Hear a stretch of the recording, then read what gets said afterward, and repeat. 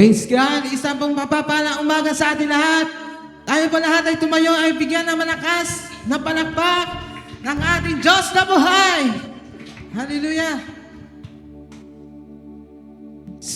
Ngayong umaga nito, sino din ma-excited ay makaranas na tagumpayan mula sa Diyos? Amen po ba? Amen.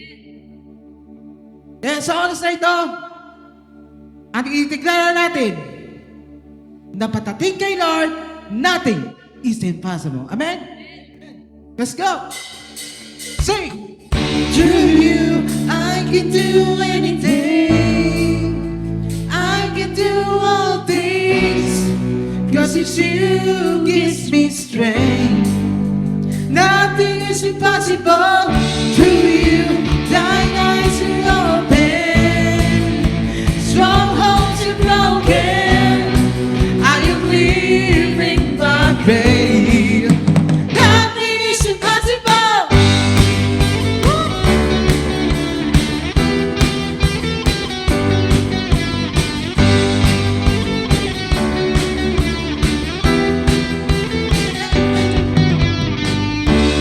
Not gonna be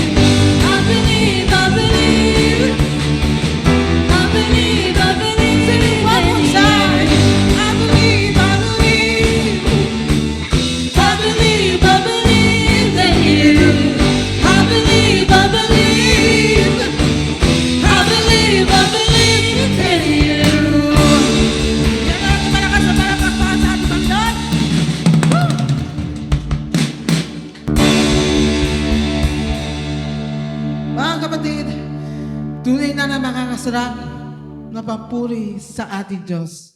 Amen po ba? Ngayon, bago simulan ng worship, kaya sa oras na ito, and let us continue to the worship God in spirit and in truth. And I'm coming back to the heart of worship.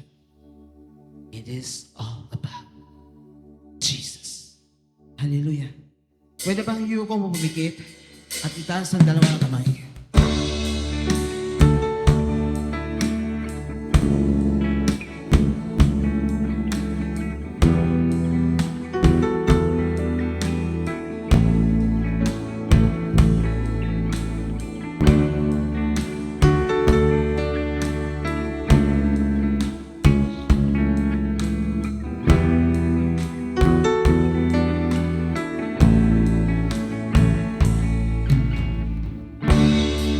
When the music fades, all is stripped away, and I see you come.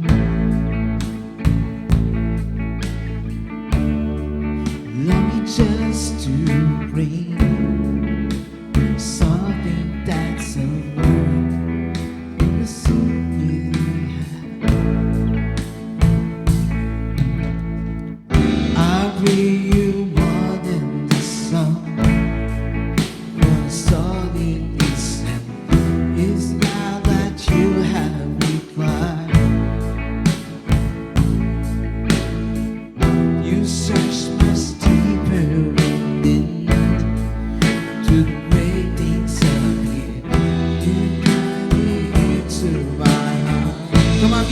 sabihin natin, with the music fades.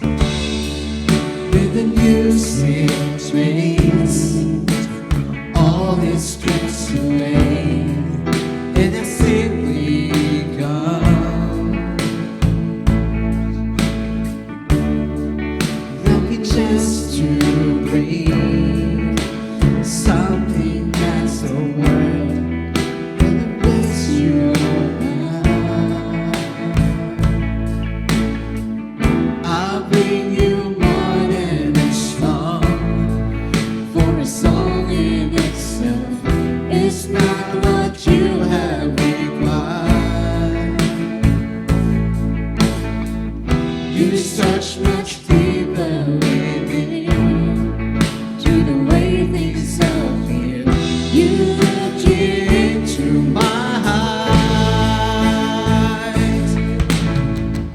I'm coming back to the heart of worship, and it's all about you. It's all about you, Jesus.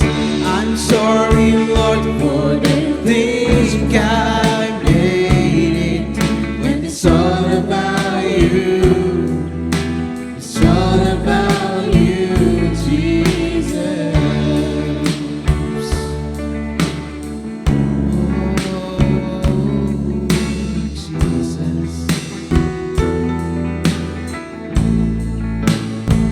Say with us.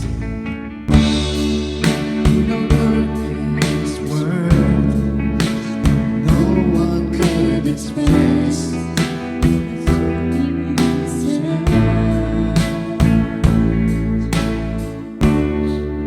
No we can pour, all I have is yours, every single breath. Some people I bring you more than a song.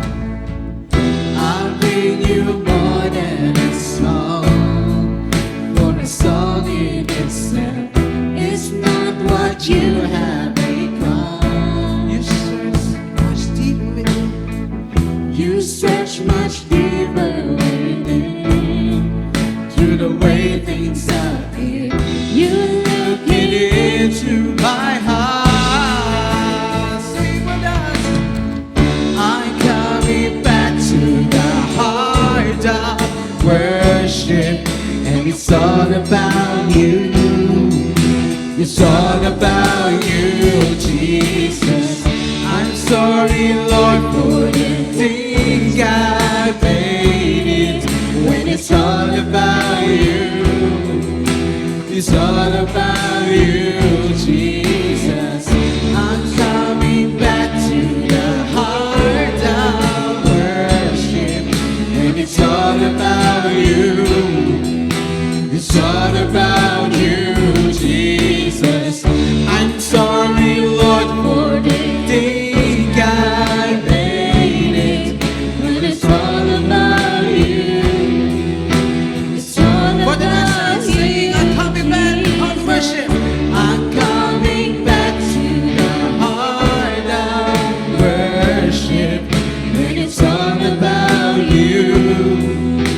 It's all about you, Jesus. I'm sorry, Lord, for the thing I made it. When it's all about you, it's all about you, Jesus. I'm sorry, Lord, for the thing I made it. When it's all about you. It's all about you, Jesus. I'm sorry, Lord, for the things I made it. But it's all about you. It's all about you, Jesus. Hallelujah! Hallelujah, Father God. Sa umagang ito, kami patuloy na nagpupuri at nagpapasalamat sa iyong pangalan, Panginoong Jesus. At sa araw na ito, Father God, ang pagpala at biyaya ay nasa amin na. Salamat, Father God, sa umagang ito na hayaan niyo po na maging maayos at matagumpay. At tatanggapin namin ang mabuting balita mula sa iyo sa pamamagitan ng aming senior pastor na hayaan niyo na may pahayag ang mga salita mula sa iyo, Father God. Kami po'y patuloy na nagpupuri dahil hayaan niyo po na kami po ay matuto at maging maayos at siyempre maging masaya sa araw na ito.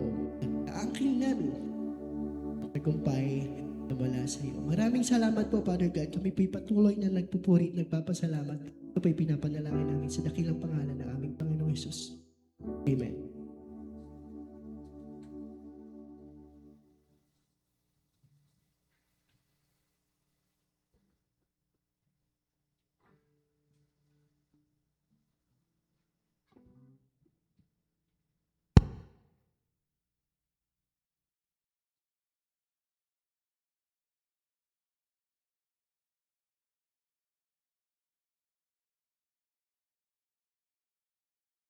Praise God.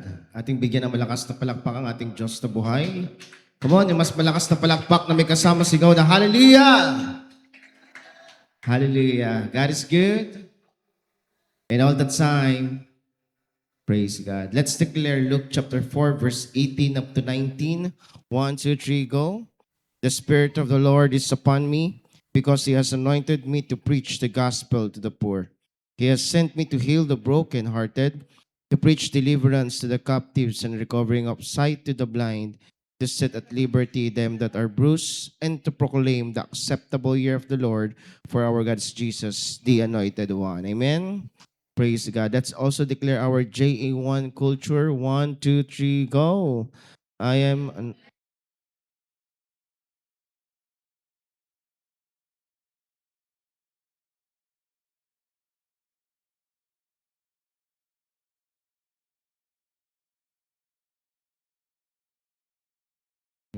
ship with Christ and I'm not extreme. Praise God. So, deklara naman natin sa ating mga sarili, sabihin natin lahat, ang buhay ko ngayon, mas paganda ng paganda, mas pabuti ng pabuti, mas pasagana ng pasagana, mas payaman ng payaman, at mas pabanal ng pabanal. Kung naniniwala ka, palakpakan natin ang ating Panginoon.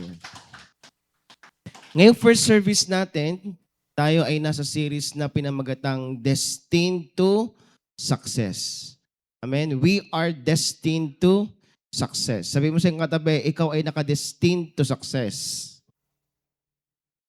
Yan, mahirap magsalita na walang kausap pa. Sabi mo sa iyong katabi, ikaw ay nakadestined para maging matagumpay. Yan. So ngayong umagang ito, ang pag-uusapan natin ay pinamagatan kong prepare yourself for success. Yan. Prepare yourself for success. Sino sa atin dito ang gustong makaranas ng katagumpayan? Gusto ba natin yon? Ang tanong, may ginagawa ba tayong paghahanda upang mangyari ito? That's the question. May ginagawa ka bang paghahanda para mangyari ang katagumpayan na ito? Maraming tao ang gusto ang tagumpay, subalit wala naman silang ginagawang paghahanda upang ito'y mangyari. Take note of this. Success is not an accident. It is the result of preparation. Naunawaan ba natin? Pagdating sa katagumpayan, walang aksidenteng tagumpay. Ay, aksidente lang yun. Paano ka naging matagumpay? Ay, aksidente lang yun, naging matagumpay ako. Tayo po mga Kristiyani, we don't believe in luck. Ang ibig sabihin ng luck. Tayo mga Kristiyano, hindi tayo naniniwala saan? Sa swerte. Amen? Because everything happens for a reason. Naunawaan ba natin yon? Because success is not an accident. It is the result of your preparation. Success doesn't just happen. We need a serious preparation to make it happen. Uulitin ko. Success does not just happen. We need a serious preparation to make it happen. Tignan nyo ha. Ang mga athletes, kaya sila nagtatagumpay ay dahil sa kanilang walang humpay na paghahanda. Diba? Sikat na sikat ngayon yung tennis player na sino yun? Si Alex, di ba? Hindi siya naging matagumpay dahil lang sa na-aksidente lang na, naging matagumpay siya. Di ba? Sikat na sikat ang ating mga athletes, si Manny Pacquiao, even yung ating mga iba pang mga athletes, sila ay naging matagumpay sa larangan ng kanilang sports, hindi by accident, kundi by preparation. Okay? Example, sino sa inyo dito ang may kilalang nakapasa sa board exam? Ano ba kayo nakilala? Board exam, ano pa yung mga exam? Yan. So yung bar exam, yan. Lahat ng mga yan, nakapasa sila, hindi by accident. There is a preparation behind it, kaya sila nakapasa. Ito, simplihan na lang natin. Sino sa inyo dito ang sino sa inyo dito ang naka-perfect score sa exam? Naranasan nyo ng maka-perfect score sa exam.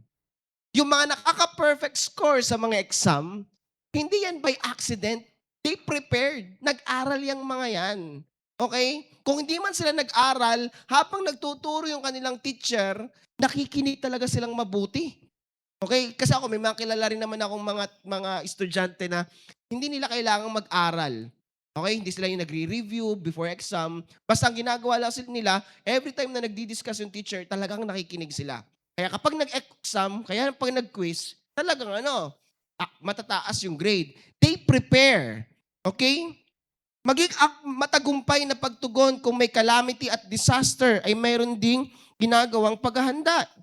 Okay? Ang mga ceremonies at mga events na nagiging successful, for example, debut, kasal, or any events, lahat yan ay naging successful because of the preparation. Ang tagumpay ay hindi aksidenteng nangyayari. Ito ay bunga ng maayos na paghahanda. Unawa natin? Gusto niyong maging matagumpay? Kailangang paghanda. Proverbs chapter 20 verse 18. Basahin nga natin sabay-sabay. 1, 2, 3, go. Kung hindi ka handa, huwag nang pumalaot sa labanan. Ang Diyos ang magpala sa pagkakabasa ng buhay at banal niyang salita. Sa verse na ito, makikita natin ang kahalagahan ng paghahanda. Walang naging matagumpay nang hindi nag-prepare or hindi naghanda. Napakahirap sumugod sa isang trabaho, napakahirap sumugod sa isang labanan nang hindi ka handa. There is a great advantage kapag meron tayong kahandaan. Diba? Tignan ninyo, bakit maraming mga nagtatrabaho, nag-a-apply magtrabaho, wala pang ilang months, ayaw na agad? Diba? hindi tumatagal sa trabaho, hindi tumatagal sa business because they are not prepared. Okay, ngayon, pag-usapan natin. Ano ang kabutihang maidudulot sa atin ng pagiging handa?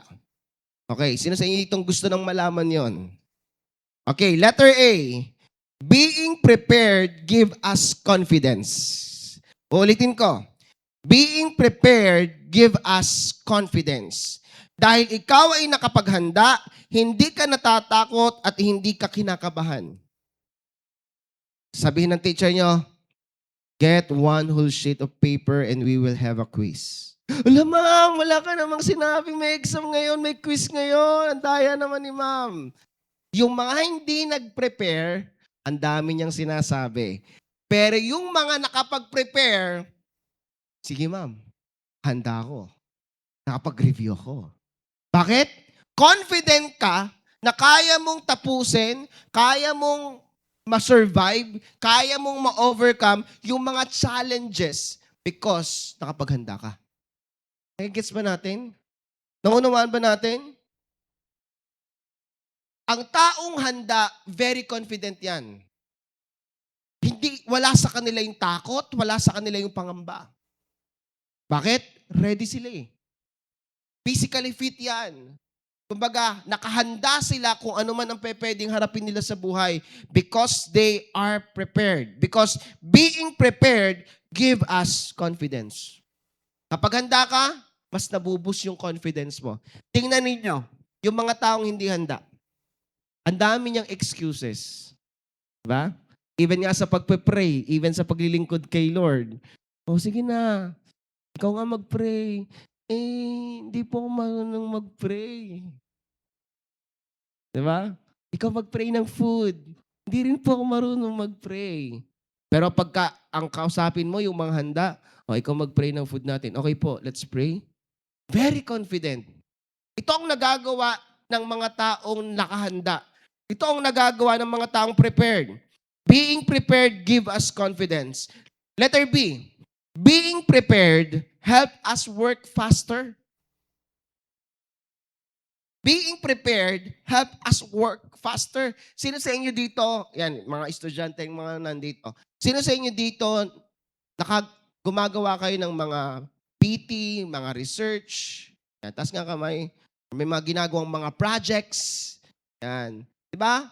Ito, bago kayo gumawa ng project, ano munang inyong unang ginagawa? I-prepare nyo muna lahat ng inyong mga gagamitin. Tama ba? Tama ba? So before kayo kumilos, before ninyo gawin yung mga projects ninyo, yung mga PT ninyo, ang gagawin nyo muna, i-prepare nyo muna lahat ng inyong gagawin. Nang sa gayon, dire-diretso ang gawa. Tira nyo, pansinin ninyo, kapag hindi mo muna prepare lahat ng iyong gagamitin, tatagal ka sa iyong ginagawa. Ay, nakalimutan kong bumili ng bond paper. Ay, nakalimutan kong bumili ng stick. Ay, lahat ay nakalimutan. Bakit? Hindi ka nakaprepare. Ang tao nakaprepare, bumibilis yung kanyang pagtatrabaho, yung ginagawa niya. Nagigets ba natin? Dahil nakahanda ka, hindi ka na mag-iisip kung anong uunahin mo paggising, okay, pagpasok sa trabaho, dahil nakaplano na kung ano ang gagawin mo, nakaprepare na. Nagigets ba natin? We need to prepare ourselves. Nang sa gayon, yung mga gagawin natin sa araw-araw ng ating buhay, ito yung magkakaroon ng mabilis na resulta. Amen? Hindi tayo magsasayang ng oras. Alam niyo ba, maraming pagkakataon sa ating buhay na maraming nasasayang na oras. Na sana natapos mo na sana nagawa mo na, pero hindi mo nagawa kasi hindi ka prepared. Letter C. Being prepared, save us time. Ito yung sinasabi ko. Huwag nating hayaang masayang yung oras natin dahil hindi ka naka-prepared. Dahil nakahanda ka, madali mong na-execute ang mga plano mo at hindi nasasayang ang iyong oras. Yan yung mga taong prepared. Kumbaga, organize, manage ng maayos ang kanilang mga oras. Walang sayang pagdating sa kanilang oras. Ganun yung mga taong prepared. Naunawaan ba natin? Nagigets ba natin? Being prepared save us time. Kaya kapag ikaw ay handa, walang sayang na oras. Amen? Walang dead time. Meron tayong tinatawag na dead time. Ano yun? For example, aminin man natin sa hindi. Bago ka gumawa ng assignment, ano muna ang iyong gagawin? Cellphone. Tapos sabi mo, ay, napuyat ako sa paggawa ng assignment. Napuyat ako sa paggawa ng project. Talaga bang dahil sa project yan? Bakit? Most of the time, sa panahon natin ngayon, gagawa ka ng assignment. Yung assignment mo, pwede mo yung gawin within 30 to 1 hour. Pero 7 o'clock hanggang 12 o'clock, cellphone muna. Yan. Then, 12 o'clock, cellphone muna ulit hanggang alauna. 2:00 maggagawa ng project. Kaya nasasayang ang oras. Letter D. Being prepared enable us to become excellent. Yan.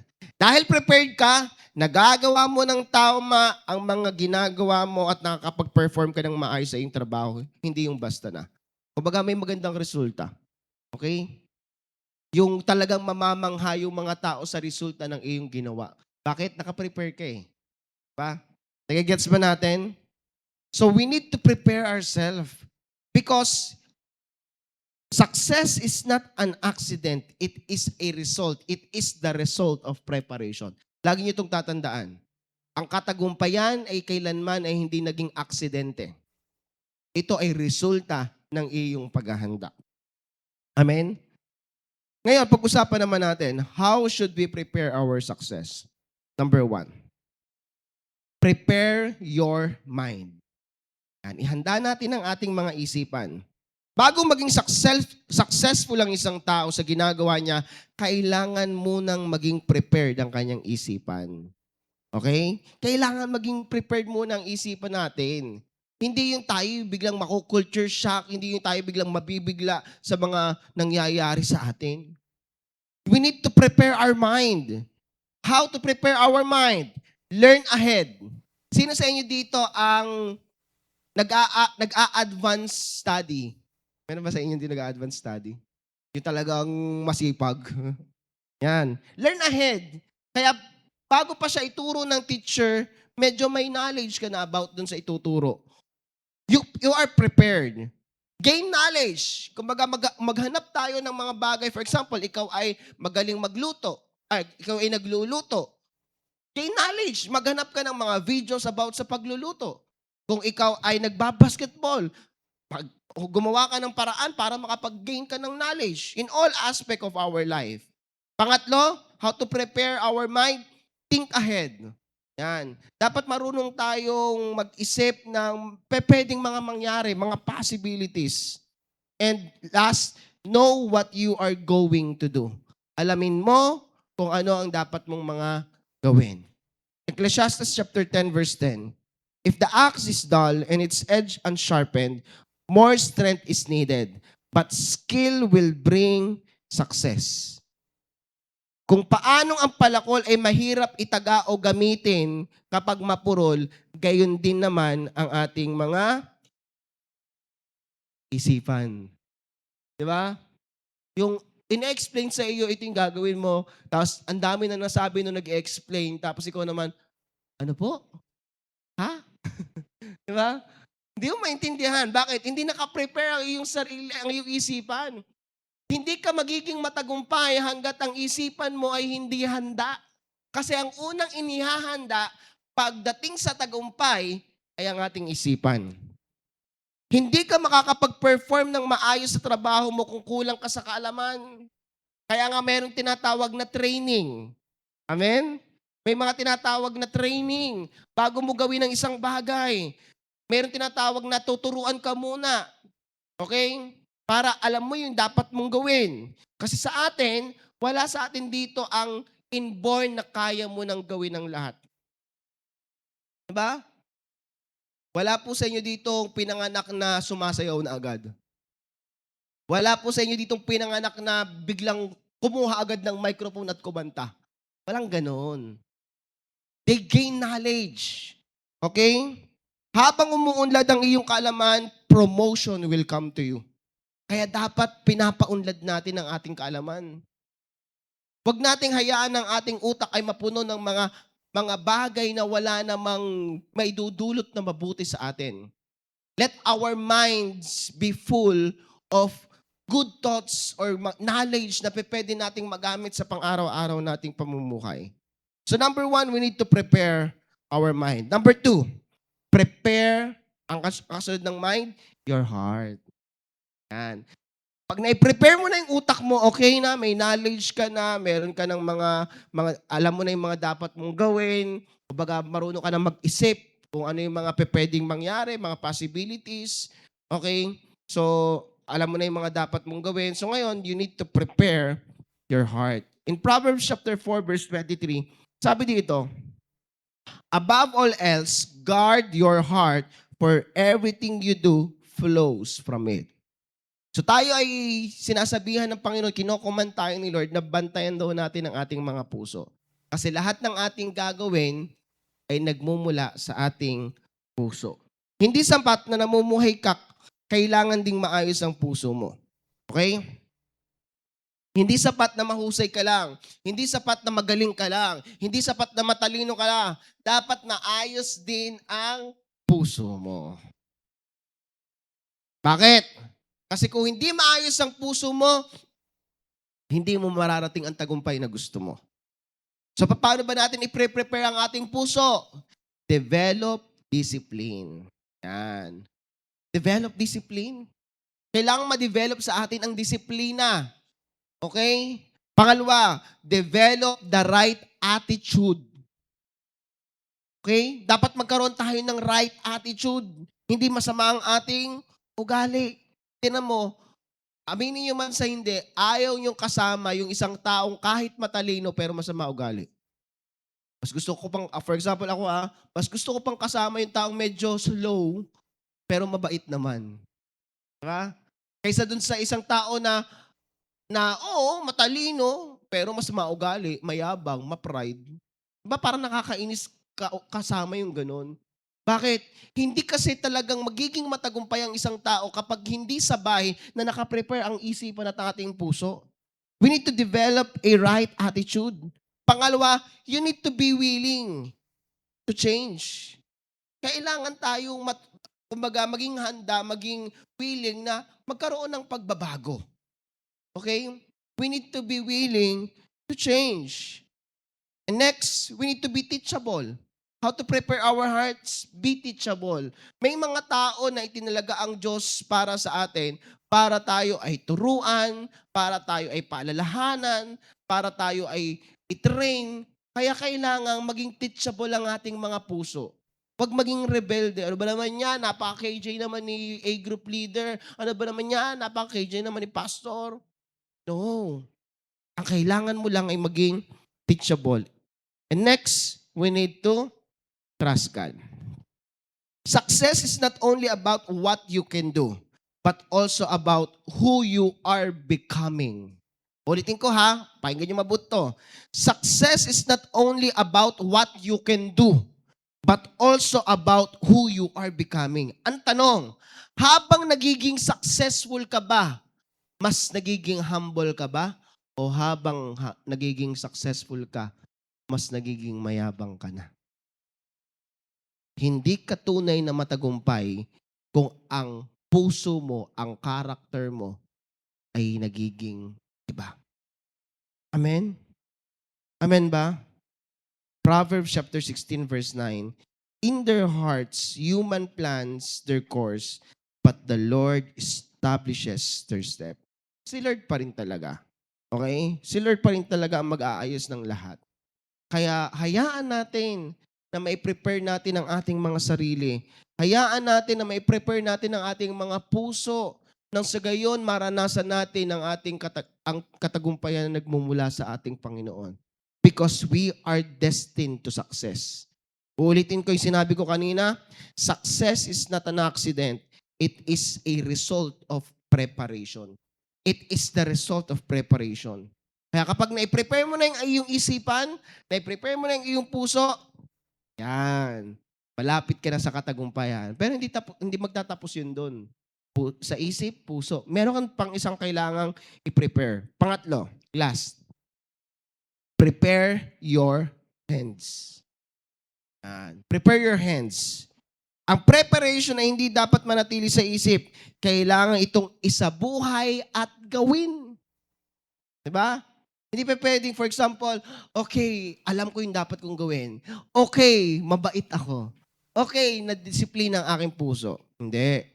Kailangan, i-prepare mo rin ang iyong sarili, ang iyong hands. Okay? Paano natin may prepare ang ating kamay? Number 1, practice what you learned. I-practice mo kung anong iyong natutunan. Diyan mo masasabi na may natutunan ka talaga. Alam ninyo, walang silbi na may alam ka pero hindi mo ginagawa yung iyong alam. Parang gato yan. Tingin sa akin lahat. Yung isa, walang alam at hindi niya ginagawa. Ikaw, may alam pero hindi mo rin ginagawa. Parehas lang ang resulta. Ikaw lang may alam pero ang resulta, wala ka rin namang ginagawa. Yung isa, walang alam, wala rin ginagawa. Diba? Kasi hindi naman nagkakatalo yan kung ano yung alam mo. Magkakatalo yan kung ano ang magiging resulta. Are you getting the point? Kaya you need to practice what you learned. Pangalawa, do the work. Trabahuin mo. Gawin mo. Okay? Do the work. Kung ano yung pinapagawa sa iyo, for example, sa paglilingkod mo sa Panginoon, ikaw ay a group leader, ikaw ay chairman, ikaw ay leader, ikaw ay pastor, do the work. Okay? Kung nakaprepare ang iyong isipan at ang iyong puso ngayon, kumilos ka na. Okay?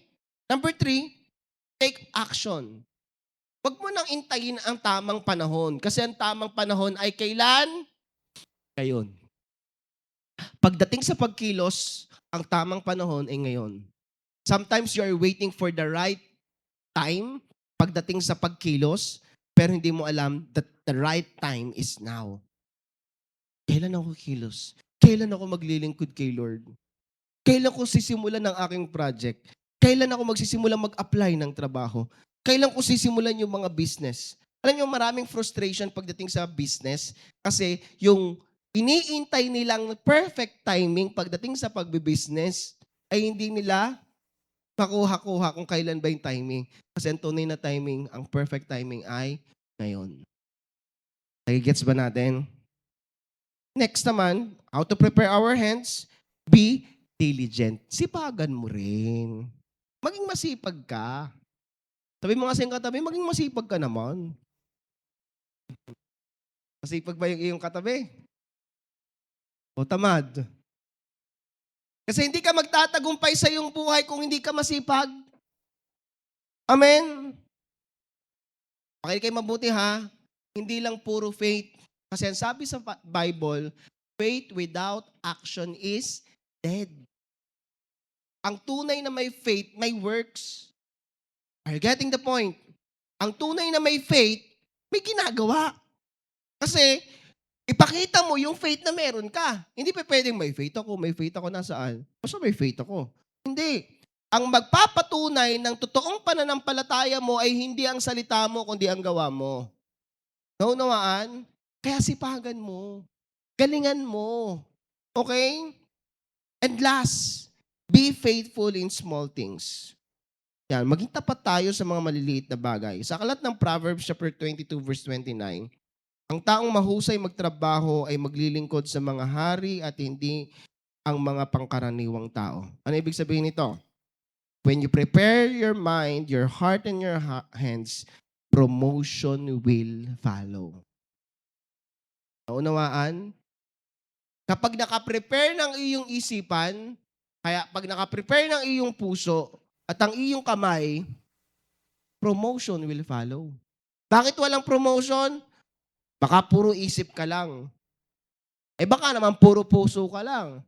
Baka naman puro gawa ka lang. Hindi. Pagsama-samahin mo sila. Kasi kapag pinagsama-sama mo yung tatlo, you will experience true success. Preparation put us in a position for success. Pakinig mabuti ha. Preparation puts us in a position for success. But we must never forget that our ultimate success comes from God. Tandaan niyo to ha. Anuman ang tagumpay na mararanasan ninyo, hindi lang ito dahil bunga ng sarili ninyo. Lahat ng ito ay bunga at kagagawan ng ating Panginoon. Amen? Kaya kapag ikaw ay naging matagumpay, ang ating sasabihin, to God be all the glory. Pag ikaw ay in-appreciate, biyaya lahat ng Panginoon. Hindi yung, ang galing mo naman, naging matagumpay ka. Siyempre, napakasipag ko. Grabe ka naman, naging nakapasa ka sa board exam. Siyempre, matalino ako. Huwag ganon. Grabe, yumaman ka na. Dahil magaling ako. No. Dapat hindi ganon ang ating mindset. Dapat ang mindset natin, biyaya lahat ni Lord. Okay? Ang mindset natin, to God be all the glory. Amen? Kasi kita ni Lord kung papaano ang magiging reaction mo pagdating na ikaw ay maging matagumpay na. Kita ni Lord. Kaya siguro hindi ka pa ginagawang successful ni Lord kasi hindi pa nakaprepare ang isipan, puso at ang iyong kamay. God gives opportunities but preparation help us become ready when those opportunity comes. Ito magtatapos. Get ready for success. Prepare your mind, it means to learn. Prepare your heart, it means develop your character. And prepare your hands, it means take action. Because you are destined to success. Uulitin ko ulit ito. Sa lahat ng mga sinabi ko ngayon, kahit ito na lamang ang inyong matandaan. Success is not an accident. It is the result of preparation. Prepare for your success. Prepare yourself for success. Palakpakan natin si Lord. Tayo lahat ay tumayo at tayo ay manalangin. Let's bow down our heads and let's pray. Father God, we thank you for your word. We thank you for giving us this wisdom to prepare ourselves for success. Thank you, Father God, because ang bawat salita mo na aming napapakinggan, ito po'y hindi lang po basta nagiging salita sa amin, kundi nagkakaroon ito ng kapangyarihan sa amin.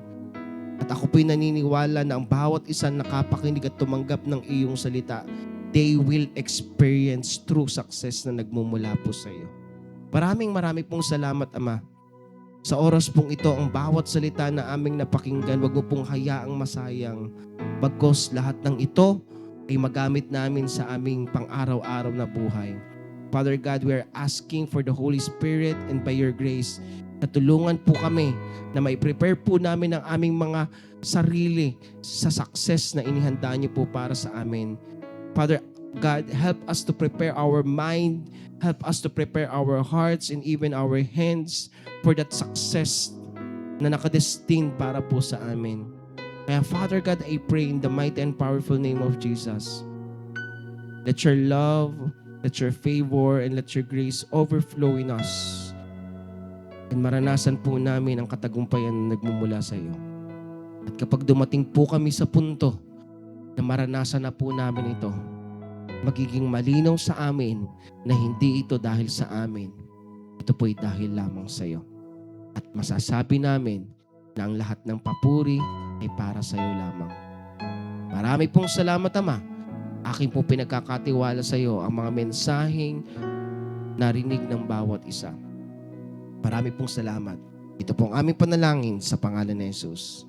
Amen. Praise God. Palakpakan natin si Lord. Tayo darako sa ating tithes and offering.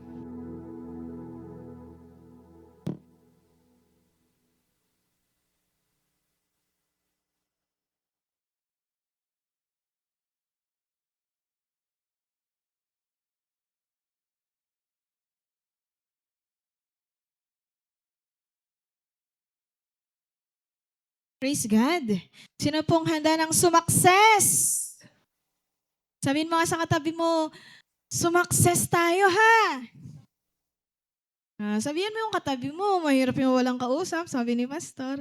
Ayan. So tayo po ay darako po sa ating gawain po ng tithes and offering. Kung handa na po ang bawat isa na sumakses, ay hindi po tayo mag-aatubili na ibigay din po ang isang paraan po ito, ang pagbibigay ng ating tithes and offering for us to succeed. Amen? Naniniwala po bang bawat isa? Palakpakan nga po natin si Lord. Praise God. Ayan. So, ang tithes po, ito po yung 10% na ibinibigay po natin sa Lord. 10% po ng lahat ng income, lahat ng blessings na nare-receive po natin. At yun po ay nakalagay, nakasulat, mababasa po natin sa Malakay chapter 3 verse 10. At ang promises po ni Lord nakasulat po sa Malakay chapter 3 verse 11. At sa offering naman po, ito po yung kung paano natin ipakita kay Lord kung gaano natin siya kamahal, kung gaano tayo ka-grateful sa ibinibigay sa atin ni Lord, sa kabutihan ni Lord, sa katapatan ni Lord sa ating buhay. At ito naman po ay mababasa po natin sa Lucas chapter 6 verse 38. Amen? Naunawaan po natin? So kung handa na po ang bawat isa, hawakan niyo po ang inyong mga envelope at tayo po ay saglit na manalangin. Heavenly Father, maraming salamat po sa oras na to na kami muli ay makakabahagi po sa gawain po ng tithes and offering in the mighty name of Jesus and by the power of the Holy Spirit. Hayaan niyo po na ang lahat, Father God, ng bawat isa po, Father God, na magkakaloob ng kanilang tithes and offering ay naroon po na makaranas ng iyong mga pangako sa Malakay chapter 3 verse 11 at sa Lucas chapter 6 verse 38 in the mighty name of Jesus. Marami pong salamat, Ama, and gayon din po sa lahat ng malilikom.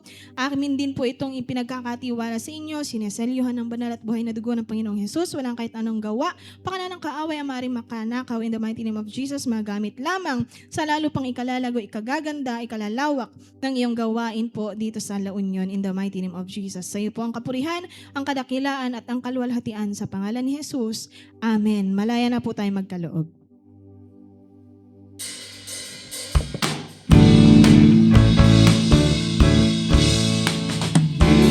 When it will come back to measure press down, stick together, running over again. And it will come back to when you give to the Lord. Give us joy and smile on your face. Give us the joy and give it to you. Just a God, God, you treat so good, and it will come back to good measure, press down, sit together, running over again, and it will come back to when you give to the Lord from your heart, give your best, give us love, and you will be blessed. Don't be staying and don't be tired. Live by the way, the Bible give the last time so deep, and it will come back to you. Good measure, press down, shake it together, running over again, and it will come back to you. When you give to the Lord. When you give to the Lord. When you give to the Lord. Praise God, sa oras na to tayo na maidarako sa ating Holy Communion. Yan, para sa ating mga bisita ngayon, so bibigyan kayo ng isang tinapay at kukuha kayo ng isang juice. Huwag niyo munang kakainin at huwag niyo munang inumin. Sabay-sabay tayong kakain at iinom. So ating ipanalangin ang mga elemento natin gagamitin sa oras na ito.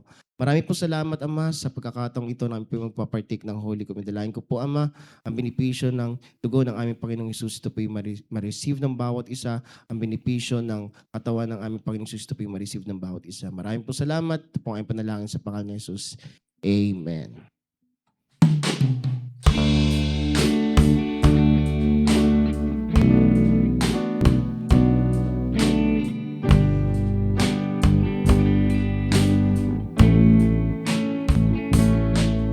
Ito ang tinapay ng buhay.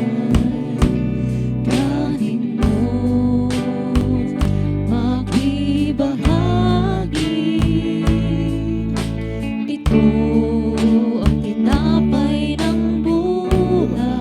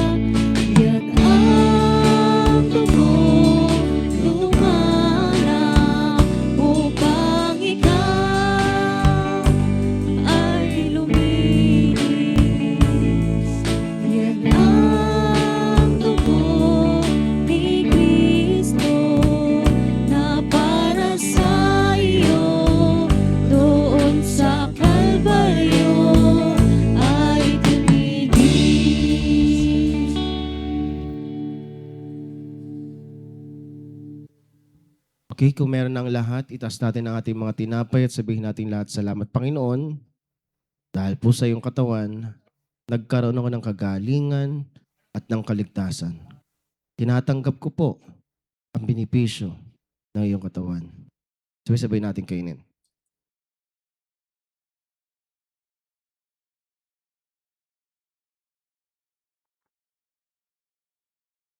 Taas natin ating mga saro, sabihin natin lahat, salamat Panginoon. Dahil sa iyong dugo, nagkaroon ako ng kalinisan at kapatawaran sa aking mga kasalanan. Tinatanggap ko po ang binipisyo ng iyong dugo. Sabay-sabay natin inumin. Praise God, tayo po yung makakaupo muna saglit at darako lang tayo sa short announcement. Naking aalis kasi may kukuha ng inyong mga cup.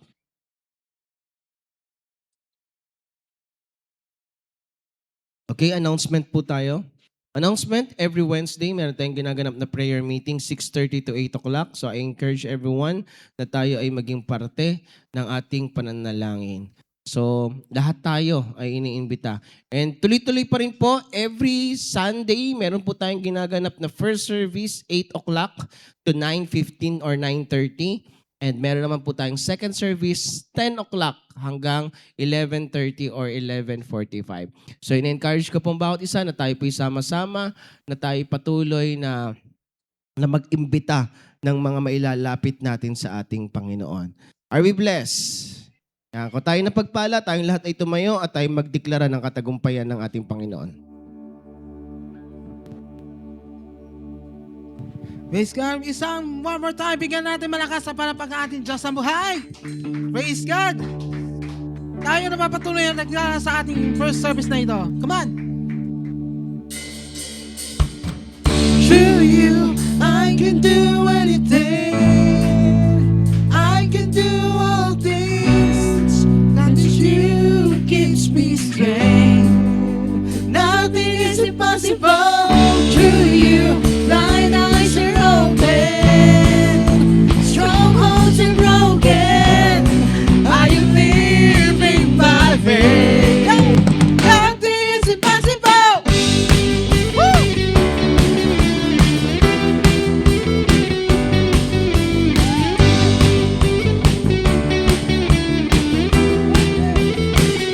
Come on, sing with us. I'm not gonna live by what I see. I'm not gonna live by what I feel. Deep down, I know that you're here with me. I know that you can do anything. Through you, I can do anything. I can do all things.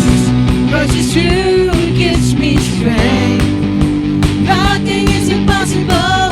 Through you, blind eyes are open. Strongholds are broken. I am living by faith. Say, nothing is impossible.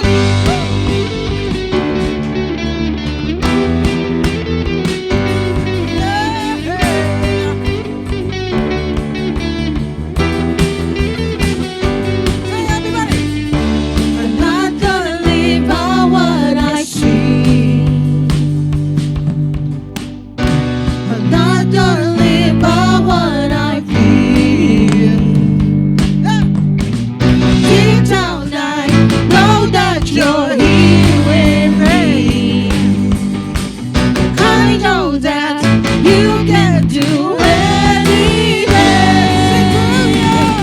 Through you, I can do anything. I can do all things. 'Cause it's you gives me strength.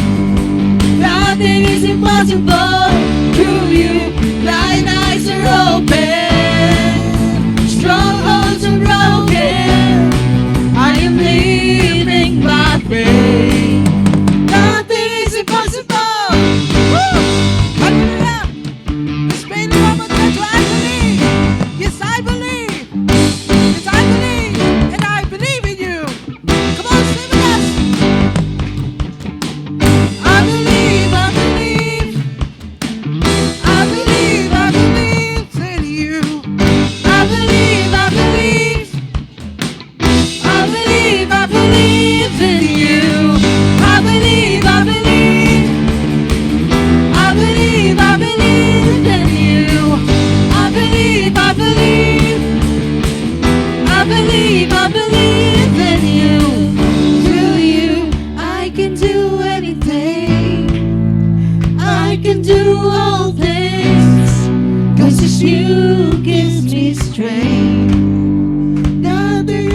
impossible to you. Blind eyes are open, strongholds are broken.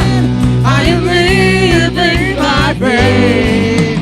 Nothing is impossible to you. I can do anything. Oh, I can do all things. 'Cause it's you gives me strength. Oh, nothing is impossible to you. Blind eyes are open, strongholds are broken. I am living by faith. Nothing is impossible. I believe, I believe. I believe, I believe in you. I believe, I believe. I believe, I believe in you. I believe, I believe. I believe, I believe in you. I believe, I believe. I believe, I believe in you. Bigyan natin malakas sa Panginoon. Hallelujah. Come on. Minsan papalakpakan natin ang Panginoon. Yes, Lord. Thank you, Jesus. Thank you, Father God. Hallelujah, Jesus. Father God, maraming salamat po sa katagumpayan ng inyong gawain sa umagang to, Father God. Maraming salamat po sa word na iyong ibinaba, ang iyong pinagkaloob sa buhay ng bawat isa, Father God. Hayaan niyo po, Lord, na ang bawat isang naririto, ang bawat isang nakapakinig ng inyong salita, hayaan niyo po, Lord, na maging prepared po kami, Lord. Maging prepared po ang aming puso, ang aming isip, pati ang aming mga kamay, Father God. Maraming salamat, Lord. And Father God, ang banal na Espiritu lamang po ang siyang patuloy na kumilos sa aming mga buhay. Lord, kung paano niyo po kami sinamahan sa aming pagparito, ganun din po ang pagsama niyo sa aming pag-uwi. Samahan po kami ng libo-libo ninyong mga anghel nang sa ganun makauwi po kami ng safe and sound sa aming mga pansamantalang tahanan. In Jesus' name, Father God, we give you all the glory, praises, and adoration and thanksgiving. In Jesus' name we pray. Amen. Taas na ating mga kamay. Sumatin lahat ang walang hanggang pag-ibig ng ating Ama, ang pagpapala at ang pagpapala at kapangyarihan ng ating Panginoong Hesus at ang walang pag-ipisan ng Banal na Espiritu sumaatin ngayong bukas at magpakailanman. Lalabas tayo ng lugar na ito, nakaprepare tayo sa katagumpayan na inihanda ng Panginoon. Ito ang aming panalangin sa pangalan ni Hesus. Amen. At patuloy tayong magdeklara sa buhay ng bawat isa. Always remember this. You are super blessed. You are highly favored and you are forever loved by Jesus Christ and no one can ever change it. To God be the glory. God bless everyone.